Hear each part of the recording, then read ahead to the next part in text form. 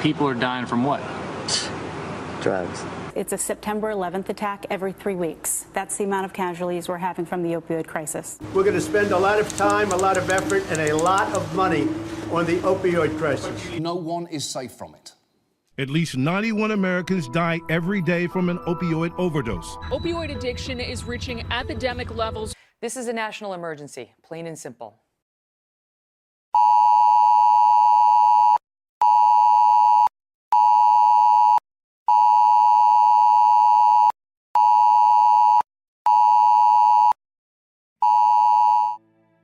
In today's constant news cycle, it is easy for us to tune everything out. So when we were tasked with coming up with a way to raise awareness for the opioid epidemic in our country, we decided to do something that people couldn't ignore. We hijacked people's smartphones for a good cause.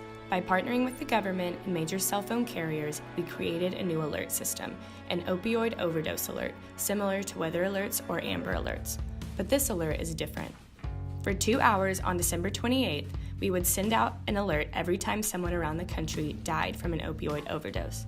The timing of this wasn't a coincidence, it was strategic. More opioid overdoses happen in the winter around the holidays, so this is an important time to discuss the issue. On top of that, this is a time that many people gather with friends and family. And what better time to start a discussion than when people are already together? So what do these alerts look like exactly? Every time an overdose occurs, every smartphone across the country will ring or vibrate until its owner acknowledges it. This will force people, even for only 2 hours, to become direct observers of the problem. While it may become slightly annoying, there is an emotional element to the campaign that will make people feel uncomfortable speaking out against it.